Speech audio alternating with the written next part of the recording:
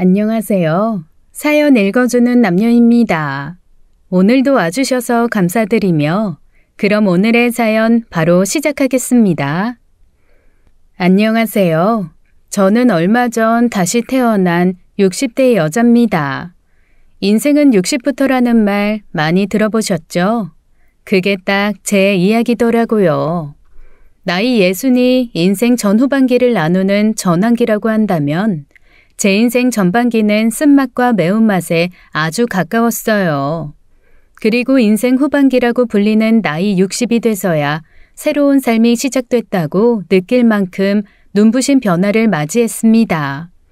저는 반평생 휠체어와 한 몸으로 살았어요. 하반신 마비 장애로 두 다리를 움직일 수 없었거든요. 그런데 제게도 기적이 일어나더군요. 늙음하게 무슨 복인지 요정 할머니가 나타나 요술을 부리더라고요. 그래서 저는 목숨 걸고 수술대에 올랐고 30년 만에 다리를 움직일 수 있게 됐습니다. 지금도 제 다리를 보고 있으면 꿈인지 생시인지 모르겠어요. 제게 어떤 사연이 있는지 궁금하지 않으세요? 지금부터 들려드릴게요. 저는 가난한 집안의 장녀로 태어났습니다. 제 아래로 남동생이 3명이나 있었죠. 그래서 어릴 적부터 부모님을 도와서 집안의 생계를 책임져야 했어요. 저는 중학교만 겨우 졸업하고 의류 공장에 취직해서 돈을 벌었습니다. 공장에서 하는 일은 대부분 재봉 작업이었어요. 처음부터 잘하는 사람이 누가 있겠어요? 그런데 전 달랐어요. 재봉이 제 일처럼 잘 맞았고 너무 재미있더라고요. 또 성격이 야무지고 책임감도 강해서 일 잘한다는 소리를 많이 들었던 것 같습니다. 아무튼 공장에서 똑순이로 유명했다니까요. 그래서 저를 중매에 서고 싶어한 사람들이 많았답니다. 우리 공장장도 그중 한 사람이었어요. 미숙 씨, 결혼할 나이 안 됐나? 혹시 만나는 사람 있어? 우리 큰아들이 홍기가 꽉 찼는데 결혼할 생각도 안 하고 만나는 사람도 없는 것 같아서 생각 있으면 소개해줄까? 우리 아들 인물 좋고 직장도 큰 자동차 회사야. 무엇보다 아주 착하다고. 그건 내가 보장해. 그렇게 저는 제 인생의 반려자를 만났고 착하고 다정다감한 남편 덕분에 행복한 신혼생활을 보내고 있었죠. 그랬던 제 인생이 하루아침에 바뀌는 사고가 터지더군요. 그날도 평소처럼 출근해서 열심히 일을 하고 있었어요. 당시 명절을 앞두고 어느 부서건 안 바빴던 데가 없었죠. 그런데 갑자기 재단하는 직원이 저를 부르더라고요. 미숙 씨, 미안한데 거기 아래에 있는 원단 꾸러미 좀 2층에다 옮겨줄 수 있어요? 여기 손이 좀 모자라네. 그래요? 알겠습니다. 잠시만요. 제가 긍정적인 편이라 동료들도 부담 없이 부탁을 많이 했던 것 같아요. 저는 서둘러 원단 더미를 들고 계단을 올라갔죠. 그런데 그때 저 멀리서 누군가가 저를 향해서 외치더군요. 미숙 씨, 조심해요. 눈을 떠보니 병원이었습니다. 제가 수술하고 3일 만에 깨어났다고 하더라고요. 제일 먼저 눈에 들어온 건 남편이었어요. 얼마나 울었는지 눈이 팅팅 불어있더군요. 여보, 정신이 들어? 응, 나 어떻게 된 거야? 당신이 계단 올라가다가 원단을 밟고 미끄러지면서 떨어졌대. 꽤 높은 데서 구르면서 떨어졌다고. 내가 계단으로 올라간 것까진 기억나는데 어떻게 떨어졌는지는 기억이 안 나네. 나 괜찮다고 하지? 의사가 뭐래? 어떡해. 의사가 이제 양쪽 다리를 못 쓴다고 하더라고. 어떡하면 좋아? 정말? 여보, 나 진짜 다리가 안 움직여. 그제야 저는 다리에 감각이 없는 게 느껴졌죠. 의사는 제가 계단에서 굴러 떨어지면서 디스크가 파열됐다고 했습니다. 터진 디스크는 수술로도 회복이 안 돼서 하반신 마비 장애 판정을 받았어요. 처음엔 현실을 받아들이기가 죽기보다 싫더군요. 그때 제 나이가 고작 26살이었습니다. 동생들 다 공부시켜 놓고 이제 막 제 인생을 꾸리기 시작한 시점이었어요.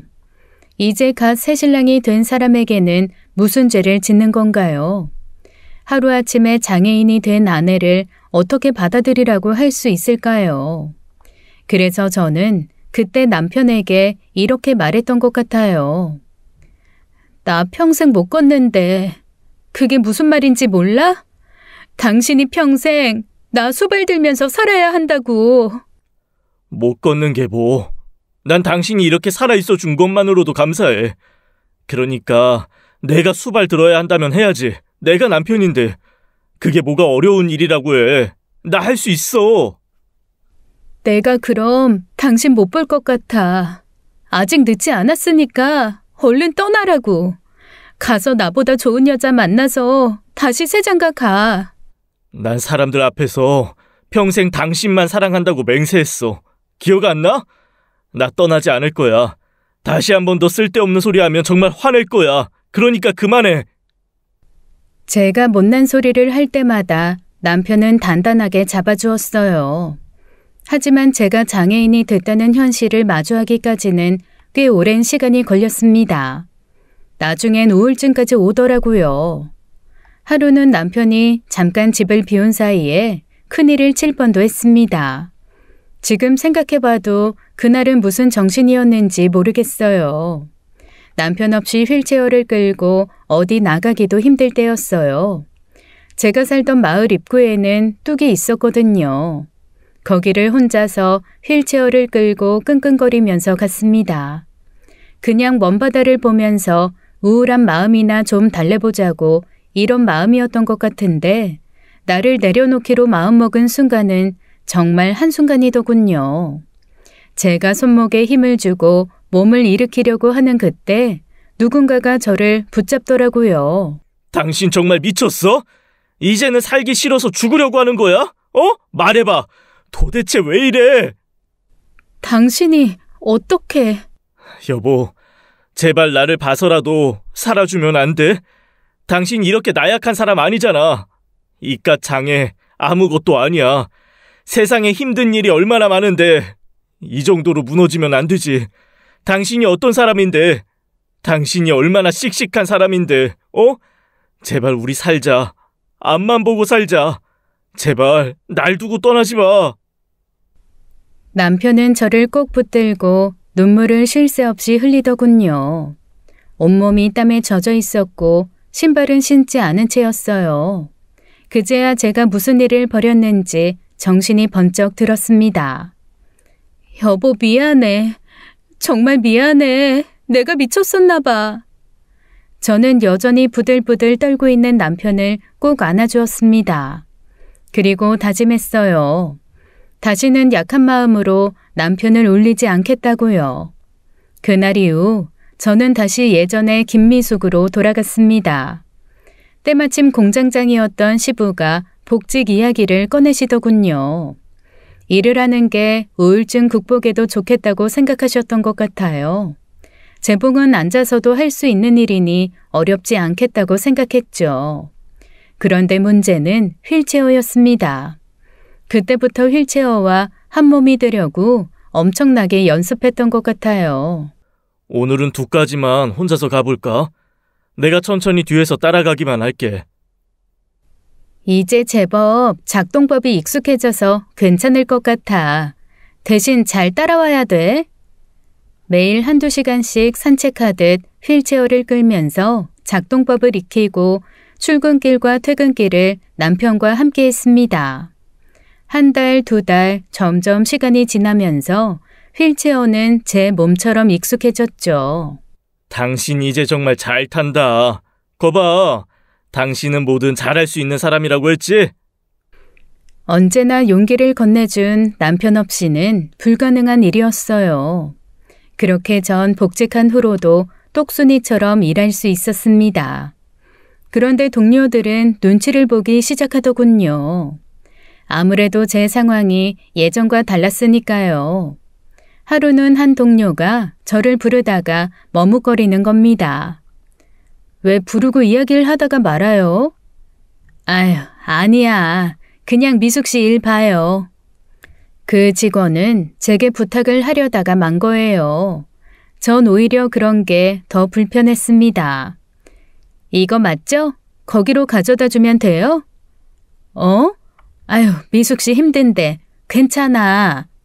그러지 마세요. 나 아무렇지도 않으니까 불편해하지 마시고 모두 예전처럼 똑같이 대해주세요. 네? 그때가 시작이었던 것 같아요.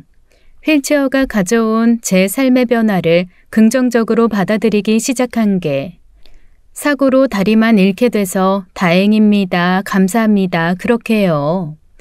그런데 시간이 지나고 제게 가장 튼튼했던 다리도 무너지더군요. 제가 50을 간 넘겼을 때인 것 같아요. 남편이 건강검진에서 폐암 4기 진단을 받은 거예요. 저는 하늘이 너무 원망스럽더라고요. 내가 죽을 때까지 당신 옆에 있어주고 싶었는데 먼저 가게 돼서 미안해. 하늘에 가서 내가 지켜보고 있을 거니까 절대 나쁠 생각하면 안 돼. 알겠지?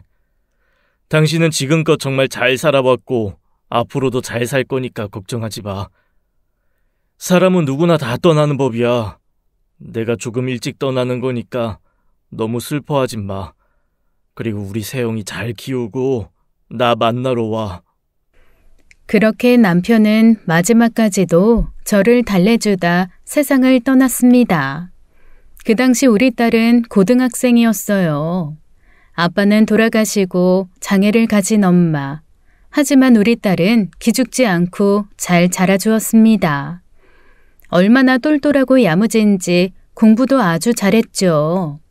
대학교 다니는 내내 장학금도 받고 잘 나가는 디자인 회사에 취직도 했어요. 어느 날엔가 오래 만난 남자친구를 소개해 주더군요. 바르게 잘 자란 의사 청년이었어요. 제가 차린 밥도 잘 먹고 무엇보다 제 장애를 편견 없이 바라봐 주었죠. 어머님, 밥이 정말 맛있습니다. 감사합니다. 그리고 불편해하지 마세요. 세영이 남자친구로 편하게 대해주세요. 딸의 남자친구가 돌아간 후 얼마 지나지 않아 우리 딸아이도 그쪽 부모에게 인사를 하고 왔어요.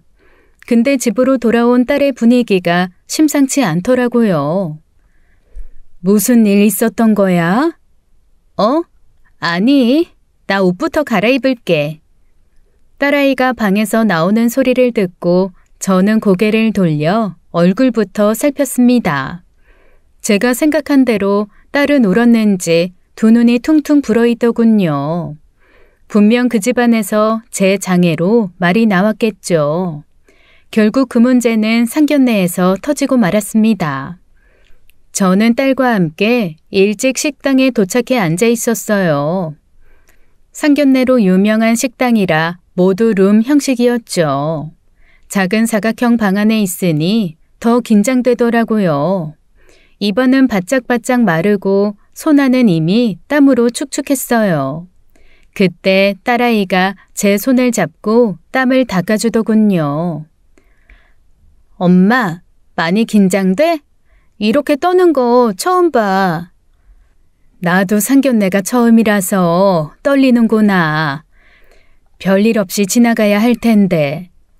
그 순간 방문이 둔탁한 소리를 내며 열렸어요. 딸의 남자친구와 안사돈이었습니다. 안사돈은 도착하자마자 마음에 안 드는 티를 내더라고요. 매서운 눈으로 휠체어에 앉아있는 저를 위아래로 쳐다봤어요. 그리고 먼저 인사를 하더군요.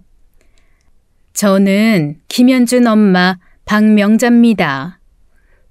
그렇게 그대로 서서 손을 내밀며 악수를 청하더라고요. 저는 앉아있기만 하는 게 어쩐지 민망했어요. 그런데 그때 안사돈이 한마디 더 하더군요. 어차피 일어나지도 못하실 텐데 뭘 민망해 하세요? 편하게 계세요. 편하게. 순식간에 분위기가 싸해지더군요. 이렇게 우리 딸아이도 울렸겠구나 싶어서 화가 치밀어 올랐지만 상견례를 망칠 수는 없어 서둘러 제 소개를 했습니다. 처음 인사드립니다. 세영이 엄마 김미숙이라고 합니다. 배려해 주셔서 감사하네요. 그걸 아는지 모르는지 안사돈은 자리에 앉자마자 본인 인생사 푸는데 정신이 없었어요. 저도 사별한 지 꽤 됐습니다. 혼자서 이 녀석 뒷바라지 한다고 고생 좀 했어요. 물론 의대 가서 공부 안 해도 힘들었겠지만 요즘 어디 혼자서 의사 될 수 있나요? 그렇죠. 안사돈이 고생 많이 하셨네요. 어쨌든 의사 됐으니 제가 고생한 보람은 있네요.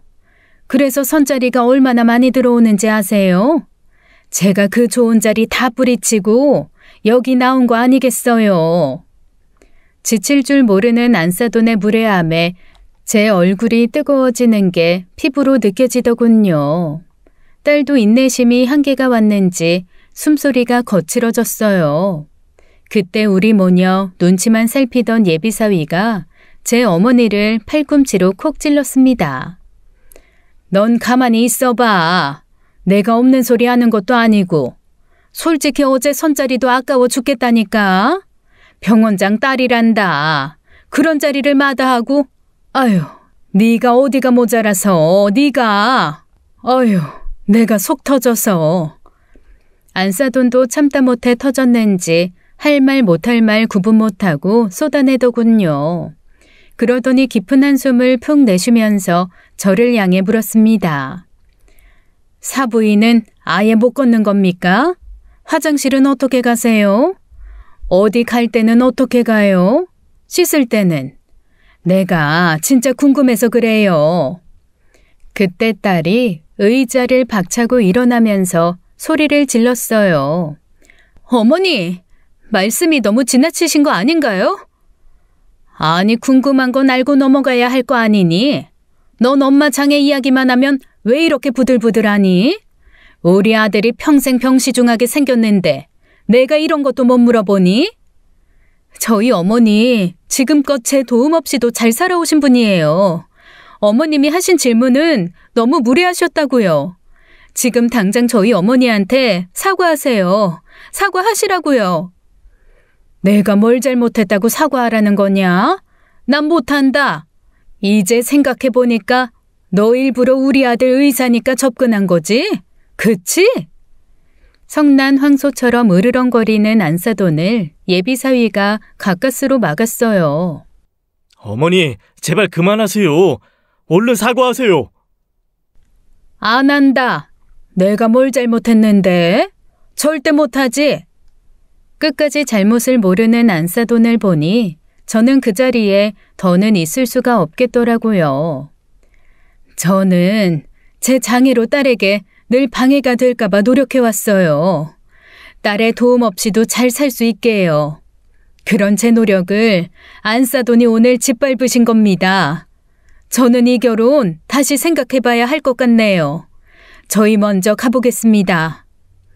그렇게 인사를 하고 저와 딸은 집으로 돌아왔어요. 결국 제 장애로 인해 딸의 혼사길을 망치고 말았죠. 엄마, 그런 말 듣게 해서 너무 미안해. 많이 속상했지? 정말 미안해. 아니야. 그런 건 아무래도 괜찮아. 근데 내가 결국 너한테 방해가 되고 있구나. 이런 내가 엄마라니 정말 엄마가 미안하다. 그렇게 한 달이란 시간이 빠르게 흘러갔어요. 딸은 몰라보게 살이 빠져 있더군요. 제게 말은 안 했지만 마음고생이 심했을 거예요. 그러다 딸이 응급실에 실려왔다는 전화를 받았습니다. 다급하게 도착한 병원에서 딸을 찾는데 누군가가 저를 불렀어요. 몰골 상태가 말이 아닌 예비 사위였습니다. 그런데 갑자기 무릎을 꿇는 게 아니겠어요? 죄송합니다. 저희 어머니 무례함을 제발 용서해 주시고 세영 씨랑 저 허락해 주세요.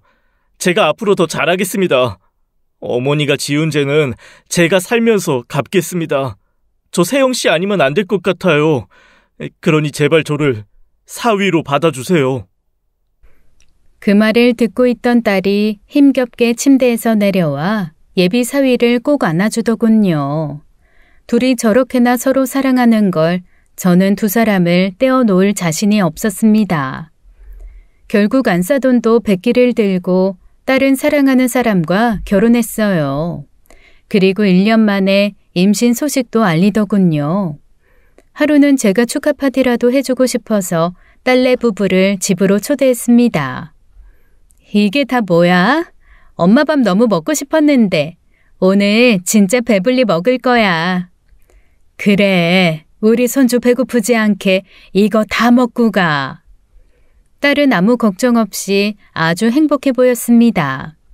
사위는 음식 하나하나 먹을 때마다 장모님 밥이 제일 맛있다고 엄지척을 해주더군요. 이때까지만 해도 행복이 이런 건가 싶었어요. 밥을 다 먹은 사위가 화장실을 간 사이 사위의 휴대전화에서 진동이 울리더군요. 문자를 발견한 딸은 한동안 휴대전화 화면에서 눈을 떼지 못했습니다. 그러면 안 됐지만 저도 눈이 따라가더라고요. 보내니는 여자 이름이었고 문자 내용은 이랬어요. 현준 씨, 벌써 자? 누가 봐도 의심할 만한 내용 아닌가요? 저는 딸아이의 눈치를 먼저 살폈습니다. 금방이라도 눈물을 쏟을 것 같았죠. 저는 급하게 딸의 팔을 끌어당겨 방 안으로 데리고 들어갔어요. 그리고 물었습니다. 너 김서방이랑 무슨 일 있는 거지? 요즘 현준 씨가 좀 이상해. 왜? 김서방이 어떤데? 연락 잘 되던 사람이 요즘은 내 전화도 잘 안 받고 집에도 안 들어와. 얼마 전에는 이틀이나 안 들어왔어. 처음에는 워낙 바쁜 사람이니까 그런가 보다 했는데 아니 너는 그런 일이 있었으면 엄마한테 말했어야지. 아까 문자 온 사람 누군지 알아? 몰라. 나도 처음 보는 이름이야. 그때 방문이 벌컥 열리더군요. 우리는 너무 깜짝 놀라 순간 얼어버렸어요. 사위는 씩 한번 웃더니 한마디 하더라고요. 나 몰래 둘이 비밀 이야기하는 거야? 아니야. 엄마랑 나 어렸을 때 사진 봤어. 딸아이가 일부러 내색을 안 하는 걸 보니 저도 그래야겠다 생각했죠. 사위는 그때부터 집에 갈 때까지 휴대전화를 손에서 놓질 않더군요. 그 다음 날 아침부터 딸에게 전화했어요. 너무 걱정됐거든요. 그런데 전화 한 통, 두 통, 세 통, 네 통, 딸의 목소리는 들리지 않았습니다. 저는 불안했어요. 뭔가 사달이 났다고 생각했죠. 급하게 장애인 콜택시를 불러서 딸내로 향했어요. 빨리 가주세요. 빨리요. 딸이 살고 있는 아파트에 도착해서 꼭대기 층에 있는 엘리베이터가 내려오길 기다리는데 한시라도 빨리 갈 수 없는 제 처지가 원망스러웠습니다. 당장 계단으로 뛰어 올라가고 싶었으니까요. 딸은 초인종 소리에도 반응이 없었어요. 급하게 도어록 번호를 누르고 안으로 들어갔습니다. 집안은 조용했어요. 저는 그때부터 끔찍한 상상을 하게 되더군요. 아파트를 샅샅이 뒤지기 시작했습니다. 그렇게 30분을 돌아다녔을까요? 지하 주차장에 세워둔 차 안에 딸이 있는 겁니다. 딸은 뭔가에 열중하고 있었죠. 뭔가 불길했어요. 세영아, 안 된다. 전속력으로 휠체어를 움직였습니다. 그리고 차 문을 두드렸죠. 차 안에서 고개를 숙이고 있던 딸이 토끼 눈을 하고 저를 보더군요. 여기서 뭐하고 있는 거야? 블랙박스 보고 있었어. 현준 씨가 가는 데가 뻔하잖아. 근데 오늘도 주말인데 나갔단 말이야. 여기 모르는 주소가 찍혀 있는데 아마 여기 간 것 같아. 아이고 이거 사. 엄마 놀랐잖아. 전화를 안 받으니까 무슨 일 생긴 줄 알고. 놀란 저를 보고 딸은 배를 잡으면서 웃더라고요. 엄마, 내가 뭐 죽기라도 할까봐? 우리 엄마 왜 이렇게 약해지셨을까? 그러지 말고 여기 같이 가보자. 주말 해프닝은 그렇게 끝이 나고 저는 딸과 함께 블랙박스에서 찾은 주소로 향했죠. 사위가 근무하는 병원 근처에 오피스텔 건물이더군요. 우리는 마치 형사라도 된 것처럼 검은 모자를 쓰고 잠복하고 있었어요. 2시간쯤 그러고 있었을까요? 오피스텔 1층에 있는 카페에서 사위가 나오더군요. 어떤 여자랑 아주 다정이요. 문자를 보낸 미연이라는 여자인 것 같았어요. 그 여자가 오피스텔에 살고 있는지 엘리베이터까지 친절하게 에스코트 해주더라고요. 그리고 사위가 건물 밖으로 나오는 순간 제가 말릴 새도 없이 딸이 차에서 뛰쳐나갔습니다. 당신, 여기서 지금 뭐 하는 거야? 어떻게 여기에 왔어? 당신이 어떻게 날 두고 바람을 피워? 뭐? 아니, 내가 바람을 피운다고? 저 여잔 뭔데? 요새 수상하다 싶었어. 매일 늦게 들어오고 내가 연락해도 전화도 안 받고 피하고, 어? 근데 사위는 딸아이를 그저 귀엽다는 듯 보면서 웃더라고요. 그리고 차에 있는 저를 보고 인사를 한 후 카페로 가자고 했습니다. 우리는 커피를 시켜놓고 대화를 이어갔어요. 아니 자네, 이게 어떻게 된 일인가? 정말 다른 여자가 있는 건가? 어머니, 제가 설마 우리 세영이 놔두고 바람 피울 인간으로 보이세요? 그러면 대체 뭔가? 세영이한테 뭘 숨기고 있는 거야? 사위는 뭔가 고민하는 것 같았어요. 그러더니 결심이 선 듯 말하더군요. 작년에 저랑 같이 건강검진한 거 기억하시죠? 그때 검사 결과 연구가 좀 필요했어요. 어머니 하반신 마비에 대해 좀 알아보고 있었던 거예요. 그래서 요즘 바빴어요. 아까 만난 친구도 의대 동기고요. 같이 사례도 찾아보고 조언도 해주고 있어서 만난 건데 제가 미리 말씀드리지 못해서 죄송해요. 뭐? 그럼 나한테 조금이라도 언질이라도 해줬어야지. 내가 당신한테 먼저 말하게 되면 섣부르게 희망을 주게 될까 봐. 안 그래도 임신 중인데 결과 안 좋으면 실망할 거 아니야. 그래서 몰래 한 거야. 미안해. 난 그것도 모르고 당신 바람 피우는 줄 알았잖아. 그래서 알아보니까 우리 엄마 상태가 어떤데? 다시 걸을 수 있는 거야? 저는 장애인이 된 후로 다시 걷게 될 거라는 꿈은 꾼 적도 없어요. 그 당시 의사에게서 가망이 없다고 들었거든요. 그런데 사위가 뜻밖의 이야기를 전한 거예요. 딸은 그 이야기를 듣고 한참을 흥분했죠. 하지만 저는 들뜨지 않으려고 노력했어요. 기대가 크면 실망도 큰 법이니까요. 이 사건이 잊힐만 할 때쯤 저와 딸은 집에서 음식을 만들고 있었어요. 그날은 남편 기일이었거든요. 그래서 남편이 좋아하던 수육, 잡채 등 몇 가지 만들고 사위를 불러서 저녁 한 끼 하려고 했죠.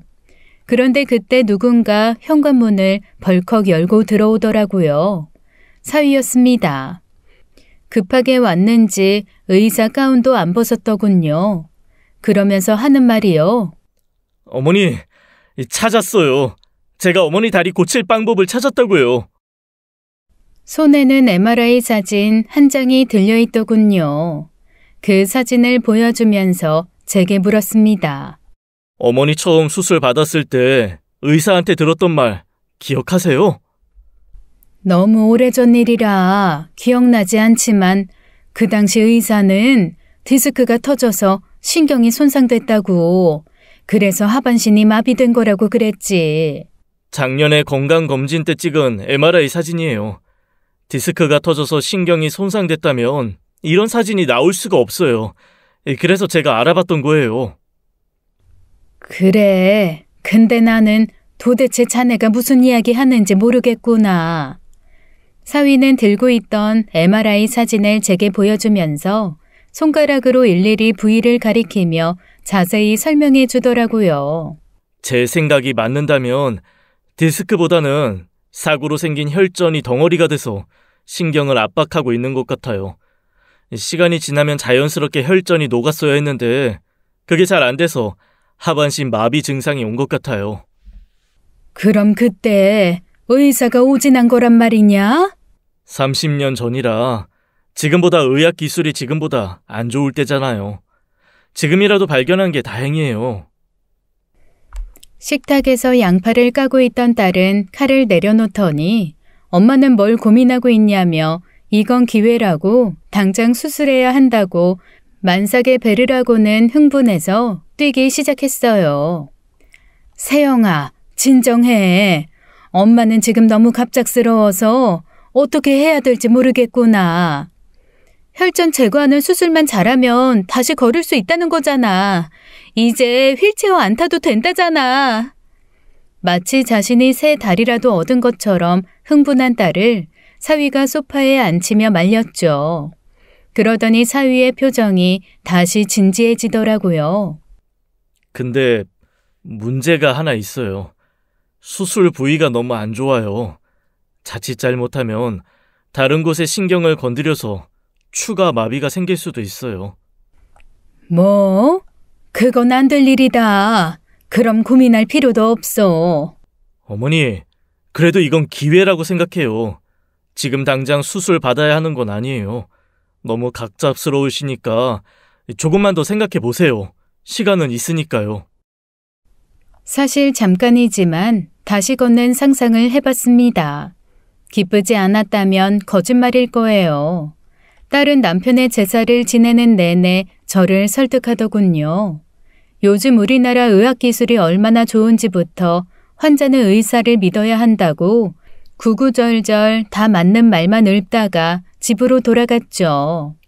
그걸 제가 왜 모르겠습니까?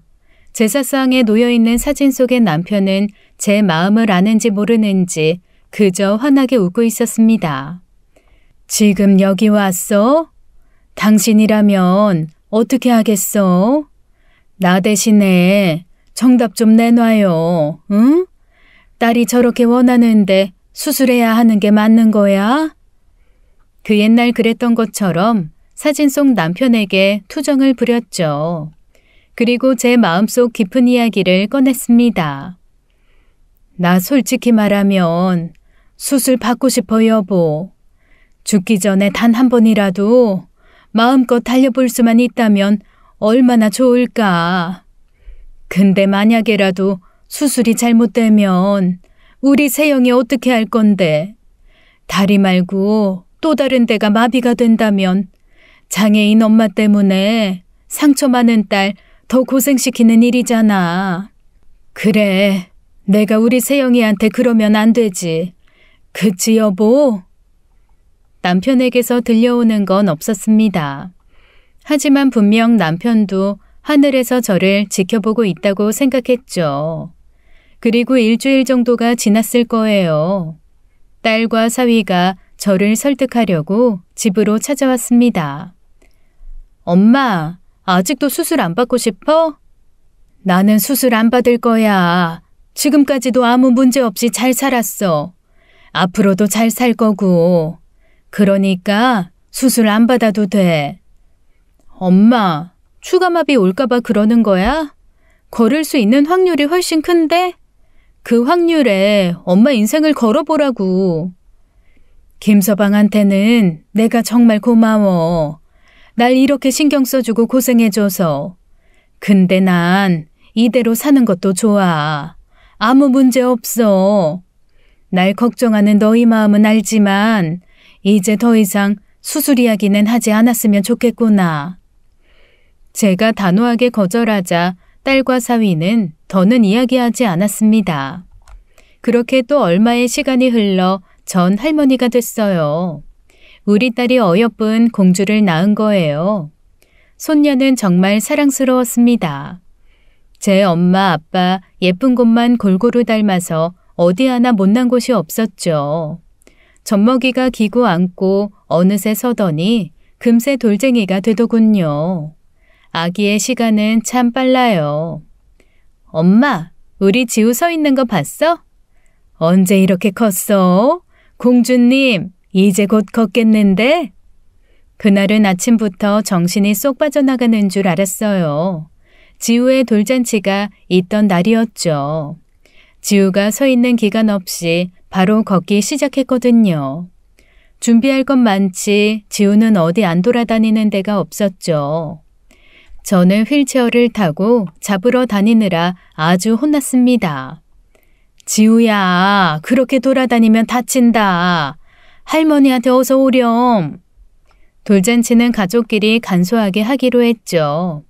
하얀 드레스를 입은 주인공 지우와 저와 딸 부부는 식당으로 향했어요. 예약된 작은 루만으로 들어가니 안사돈이 먼저 도착해 있더군요. 안사돈은 상견례 이후로 한 3년 만에 보는 것 같더라고요. 여전히 퉁퉁한 양볼에는 심보가 가득했습니다. 아니나 다를까 첫인사부터 제 심기를 건드리더군요. 오랜만이네요, 사부인. 변함없는 거 보니 잘 지내신 것 같네요. 네, 보시다시피 잘 지냈네요. 제 다리를 보고 하는 말인 줄 왜 모르겠습니까? 그래도 좋은 날이니 기분 좋게 넘겼어요. 그래도 안사돈이 손녀한테는 끔뻑 죽더라고요. 안사돈에게 저런 해맑은 얼굴이 있는 줄 몰랐습니다. 우리 공주님 생일 축하한다. 그새 많이 컸구나. 아이고 예뻐라. 한시도 가만히 있질 못하는 손녀 덕에 돌잔치는 빠르게 진행됐어요. 케이크에 초 하나를 꽂고 축하 노래를 불렀습니다. 그리고 돌상에 하이라이트 돌잡이를 꺼냈죠. 우리 손녀가 뭘 잡았는지 아세요? 고민하지도 않고 바로 청진기를 잡더라고요. 그 순간 우리 사위가 제일 기뻐했습니다. 우리 지우, 아빠가 의사 가운도 물려줘야겠는걸? 돌잔치가 끝나자마자 한정식 코스 요리가 나오더라고요. 지우도 이유식을 먹기 시작했죠. 그런데 앉아있는 게 지루했는지 곧 의자에서 내려와 루만을 돌아다니기 시작했어요. 지우가 뒤뚱거리면서 어찌나 잘 걷던지요. 금세 발발거리면서 뛰어다니겠더라고요. 그래도 우리 지우는 참 다행입니다. 다리 장애는 없잖아요. 검사는 해봤지? 저는 순간 귀를 의심했어요. 잘못 들었나 싶어 안사돈에게 다시 한번 물었습니다. 사부인, 지금 방금 뭐라고 하셨습니까? 아니, 손녀가 잘 걷는 거 보니까 다리 장애는 없는 것 같아서 다행입니다. 라고 했습니다. 왜요? 정말 매번 만날 때마다 이러실 거예요? 제 장애는 병으로 생긴 게 아닙니다. 유전도 아니라고요. 뭘 알고 자꾸 그런 말씀 하시는 거예요? 아니면 된 거지 왜 이렇게 발끈하고 그래요? 점점 언성이 높아지니 보다 못한 사위가 안사돈의 입을 손으로 막아버리더군요. 어머니, 손녀 축하해주는 자리에서 왜 이러세요? 그만하세요. 지우가 다 본다고요. 사위의 중재로 큰 싸움으로는 번지지 않았습니다. 저는 밥을 먹는 중에도 얼굴이 계속 화끈거리더군요. 안사돈도 일부러 숟가락을 소리내며 들었다가 놨다가 하더라고요. 단단히 꼬락서니가 난 듯했죠. 우린 그렇게 서둘러 돌잔치를 정리하고 자리를 떠났어요. 저는 한동안 분노 조절을 못했습니다. 불쑥불쑥 화가 치밀어 오르는 통에 무슨 일이건 손에 잡히질 않더라고요. 그리고 고민했어요. 엄마가 장애인이라는 이유로 받아온 딸의 상처, 그리고 그 상처가 손녀에게 대물림되지 않겠느냐는 생각이요. 너희 할머니 장애인이야 라는 한마디는 저에게 또 다른 두려움으로 다가오더군요. 그래서 결심했습니다. 김서방, 혹시 지난번에 말했던 수술 아직 유효한가? 당연하죠. 결심하신 거죠? 정말로 수술 받으실 거죠? 그래, 아직 유효하다면 나 그 수술 받겠네. 나 다시 걷게 해주게나. 꼭 걸어서 보여주고 싶은 사람이 생겼네. 제가 결심하자마자 수술은 일사천리로 준비되더라고요. 그리고 대망의 수술날이 다가왔죠. 차가운 수술방에 들어온 것은 그 옛날 사고 이후 처음이었습니다. 잔뜩 긴장한 저를 위해 사위는 손을 꼭 잡아주었어요. 어머니, 이 분야에서 최고로 실력 좋은 선배한테 제가 수술 부탁했어요. 그러니까 걱정하지 마세요. 수술 잘 될 거예요. 편하게 주무시고 일어나세요. 아시겠죠? 김서방, 고맙네. 근데 왜 자꾸 눈물이 나는지 모르겠네. 네, 많이 심란하시죠? 그러실 거예요. 그런데 그러실수록 어머니가 더 힘드세요. 그러니까 긴장 푸세요. 금방 끝날 거예요. 저랑 세영 씨도 우리 지호도 기다리고 있을게요. 저는 눈을 감기 전까지도 흐르는 눈물을 멈출 수가 없었습니다. 그리고 몇 시간이 지났는지 모르겠어요. 제가 눈을 떴을 때는 제 딸과 사위가 제 손을 잡고 울고 있더군요. 제 움직임이 포착되자 사위가 제일 먼저 반겼어요. 어머니, 너무 고생 많으셨어요. 큰 수술이었는데 정말 잘하셨어요. 엄마, 많이 아팠지? 이젠 아프지 마. 알았지? 수술은 잘 끝났대. 성공이래. 그렇게 30년 만에 기적적으로 다리를 움직일 수 있게 됐습니다. 그런데 제가 다시 걷기 위해선 수술이 끝이 아니었더라고요. 저는 30년 동안 휠체어에 의지해서 살았어요. 휠체어가 제 다리나 다름없었죠. 그렇다 보니 움직임이 없었던 다리에 근육이 하나도 없던 거예요. 어머니, 얼마나 오래 걸릴지는 잘 모르겠지만 꾸준히 재활하셔야 해요. 그래야 신경이 돌아올 거예요. 힘드시겠지만 꼭 하셔야 돼요. 그래, 김서방. 여태까지 해왔는데 한 번 더 해봐야지.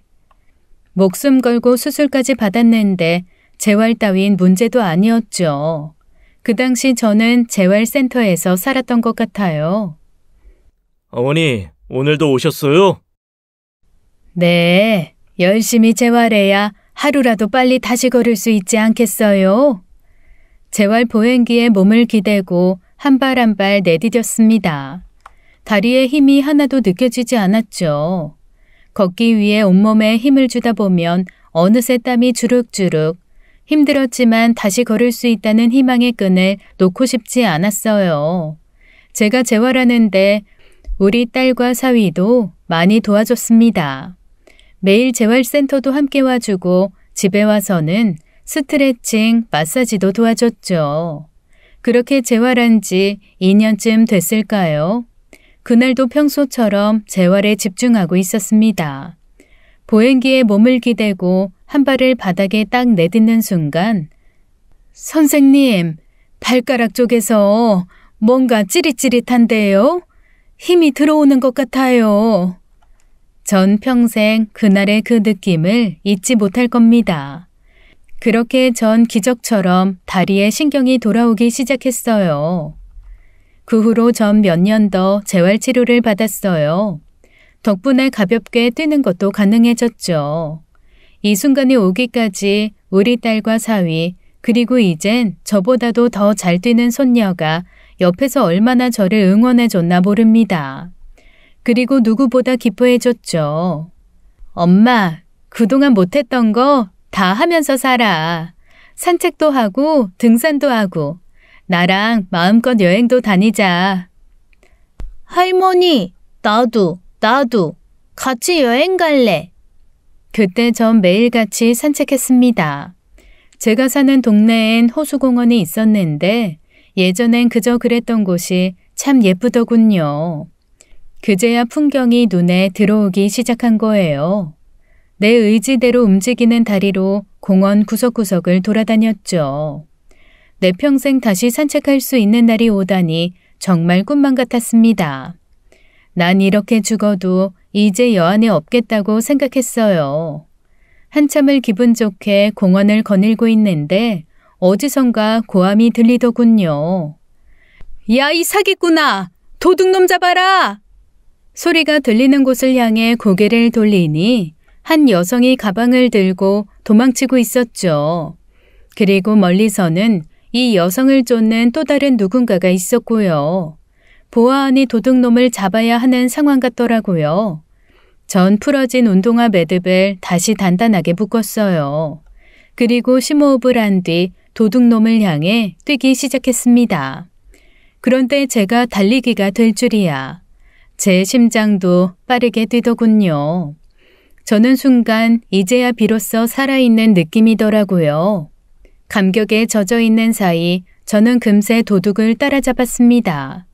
도둑은 더는 못 가겠는지 바닥에 털썩 주저앉았어요.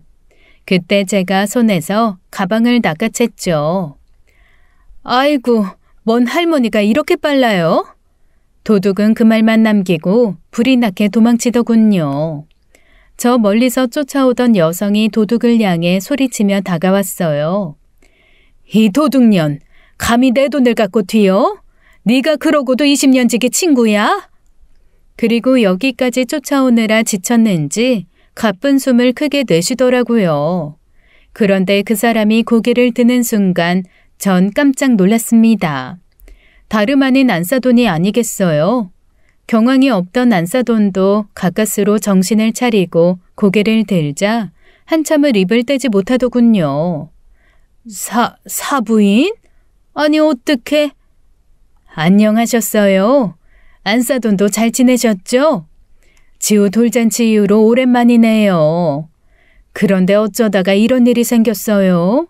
가방은 제가 잘 찾았네요. 아니 제 친구가 글쎄 갯돈을 들고 튀는 바람에 여기에 갯돈이 다 들어있었다고요. 아무튼 사부인 감사하네요. 안사돈은 저랑 말하면서도 시선은 내내 제 다리에 멈춰 있었어요. 많이 놀랐을 거예요. 휠체어에 앉아만 있던 사람이 벼랑간 뛰고 있었으니까요.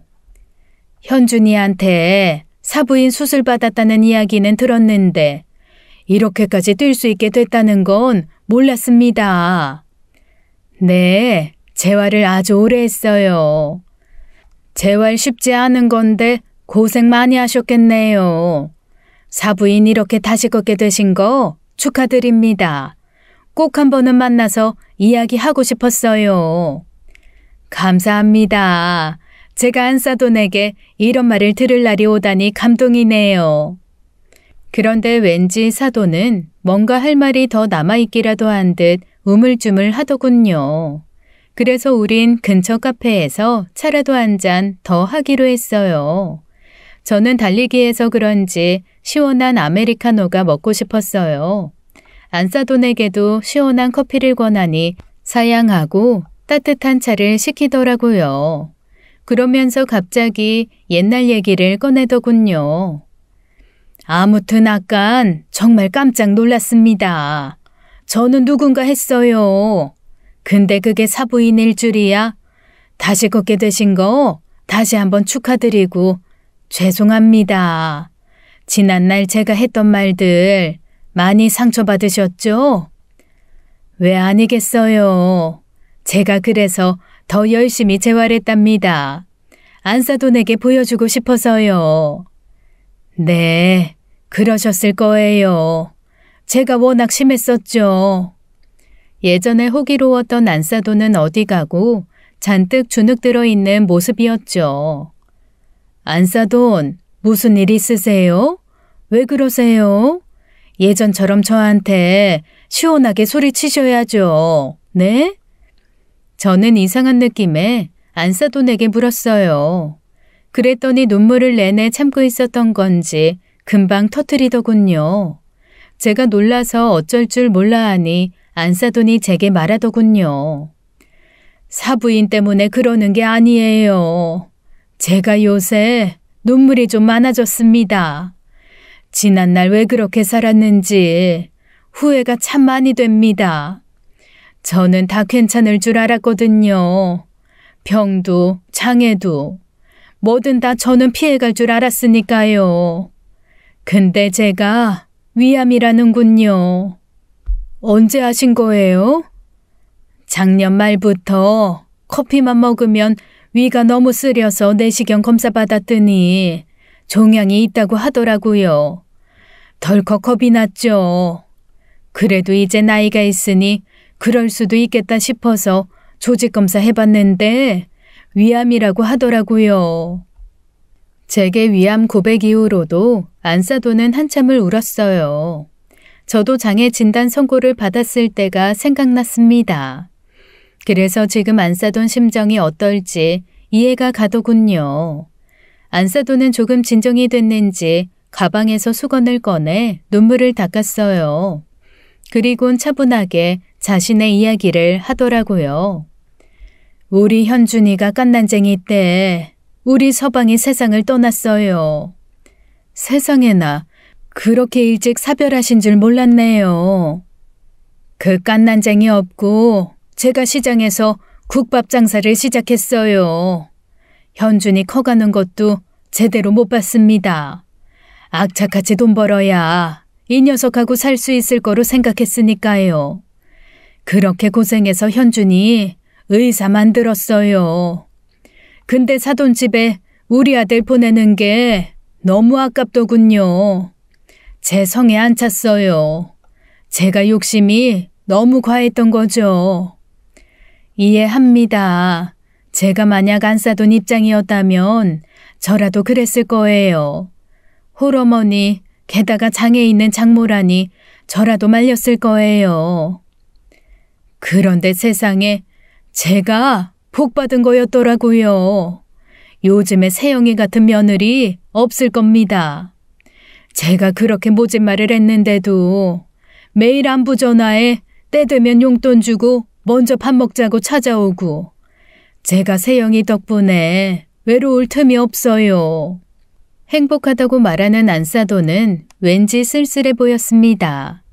커피 대신 시킨 차도 한 모금 마시지 않고 있었죠. 사부인, 차라도 한 잔 드세요. 왜 아무것도 안 드세요? 위암 진단받은 거 현준이는 알고 있는 거죠?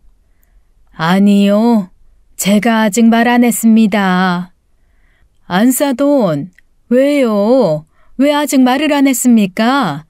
뒤늦게 알면 애들이 얼마나 속상해할까요? 저는 화가 나서 큰 소리부터 나오더군요. 그 소리에 바닥만 내려다보고 있던 안사돈이 저를 쳐다봤어요. 다 포기한 사람처럼 저러는 꼴이 더는 보기 싫었습니다. 대체 왜 그러고 계세요? 곧 죽습니까? 저한테 소리치던 그 모습 다 어디로 간 거냐고요? 위암이라는데 제가 할 수 있는 게 뭐가 있다고요? 전 사고로 하반신 마비장애 진단받았어요. 고작 26살이에요. 그리고 30년 동안 걷지도 못하고 장애인 소리 들으며 살았어요. 그런데 보세요. 지금 이렇게 잘 걷잖아요. 아까 손가방은 누가 찾아줬습니까? 네? 사부인, 저도 기적처럼 이렇게 걷고 있는데 안사돈이라고 못해요? 안사돈은 더 잘할 수 있잖아요. 혼자서 깐난쟁이 키워 의사까지 만들었는데 이거 하나 못해요? 안 그래요? 그때 대화 이후로 안사돈은 가족들에게 위암 사실을 고백했죠. 처음에 사위는 놀라했지만 의사잖아요. 어머니의 상태를 확인하고 바로 수술 날짜를 잡더라고요. 이래서 집안에 의사 한 명은 있어야 한다고 하나 봐요. 안사돈의 지금 상태는 위암 2기로 위절제술이 필요하다고 했습니다. 그렇게 안사돈의 수술날이 다가왔죠. 수술실에 들어가기 전에 안사돈은 제게 이런 부탁을 하더라고요. 수술하는 동안 자기 곁에 있어줄 수 있겠냐고. 그러면 자기가 힘이 좀 날 것 같다고요. 저는 안 그래도 그러고 싶다고 하니까 안사돈이 아이처럼 배시시 웃더군요. 그때 전 처음으로 안사돈에게 친밀감 같은 게 느껴졌습니다. 오랜 친구를 수술실로 보내는 느낌이랄까요? 그렇게 안사돈은 수술실로 들어갔습니다. 저는 안사돈이 수술하는 내내 수술실 앞에서 기다렸어요. 시간이 지나고 수술 종료 사인이 보였습니다. 의사는 위절제술은 잘 끝났지만 앞으로 항암 치료를 잘 받아야 한다고 덧붙였죠. 저는 안사돈이 입원해 있는 동안에도 곁을 지켰습니다. 붙어있는 시간이 늘어날수록 점점 가까워지는 걸 느꼈죠. 입원실에 있던 사람들도 저희를 보고 많이 부러워했습니다. 요즘 같은 세상에 친구가 간병도 해주고 부럽습니다. 그동안 잘 사셨나 봐요. 네, 제가 복 받았나 보죠. 친구 하나 정말 잘 뒀어요. 한 보름 정도의 입원을 마치고 안사돈은 퇴원했어요. 그리고 안사돈에겐 항암이 기다리고 있었죠. 저는 그 길에 기꺼이 동참하기로 했습니다.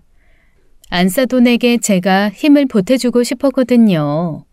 저는 안사돈과 매일 붙어 다니면서 도와줬죠.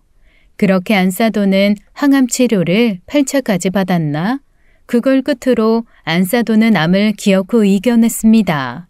드디어 완치 판정을 받은 거예요. 전 제 일처럼 너무 기뻤습니다. 안사돈은 제 공이 제일 크다며 고마워했죠. 제가 사부인 아니었으면 이렇게 끝까지 항암 치료 못 받았을 거예요. 그때 공원에서 사부인을 만나지 않았다면 제가 어떻게 됐을지. 저한테 수술해야 한다고 설득해줘서 고맙고 모든 게 다 고맙습니다. 사부인은 제 은인입니다, 은인. 지금은 어떻게 지내는지 궁금하시다고요? 안사돈은 완치 판정 이후 다행히 지금까지 재발 없이 잘 지내고 있습니다. 저는 이제 달리기는 우스울 정도죠. 얼마 전에는 한강 마라톤에도 도전했습니다. 그리고 저와 안사돈 사이는 더욱 끈끈해졌다고 해야 할까요? 함께 힘든 시간을 보내선지 이젠 사돈 같지도 않아요. 사돈 집과 뒷가는 멀수록 좋다는 말이 있잖아요. 우리 사이가 예전엔 딱 이 말과 가까웠는데 지금은 뭐랄까요? 나이 60에 가장 좋은 친구를 만난 것 같아요. 요즘엔 매일 붙어 다닙니다. 둘이 공원에 나가 산책도 하고요. 얼마 전에는 가까운 바다 여행도 다녀왔어요. 그런데 마냥 사이가 또 좋은 것도 아니에요. 가서 또 얼마나 티격태격했는지 아세요? 위절제 수술까지 받은 사람이 커피를 또 먹겠다고요? 시원하게 딱 한 잔만 먹을게요. 마지막으로 먹겠다니까요. 그래도 안 돼요, 사부인? 안 됩니다. 따뜻한 물 드세요, 물. 이제는 제가 일일이 식단 관리까지 해줘야 한다니까요. 미운 정도 정이라고 싫지는 않더라고요. 저희 사이를 제일 흐뭇하게 바라보는 건 우리 딸과 사위예요. 만나면 서로 으르렁거리던 사돈지간이 언제 이렇게 친해졌냐면서요. 그 말에 안사돈이 언제 그랬냐고 과거는 다 잊어달라며 웃으니 저도 덩달아 웃음이 나더군요. 이래서 사람은 이렇게 서로를 의지하며 살아야 하나 봅니다. 저는 인생 후반기가 돼서야 진짜 인생을 살아가고 있는 것 같아요. 앞으로 하고 싶은 게 있으면 뭐든 도전해 볼 생각이에요. 물론 제 사돈 친구와 함께 말이죠. 지금은 둘 다 다시 태어난 기분이라 의지가 불타는 중이거든요. 지금까지 제 이야기 어떻게 들으셨나요? 인생은 한 치 앞도 모를 일이죠. 제 인생이 이렇게 180도 변한 것처럼 말입니다. 그러니 여러분도 언제 올지 모를 그 소중한 기회 놓치지 말고 사셨으면 좋겠습니다. 그럼 이만 사연을 마칠게요. 들어주셔서 감사합니다. 지금까지 사연 읽어주는 남녀였습니다. 끝까지 시청해주신 여러분 감사드리며 저희는 다음 사연으로 돌아올게요. 감사합니다.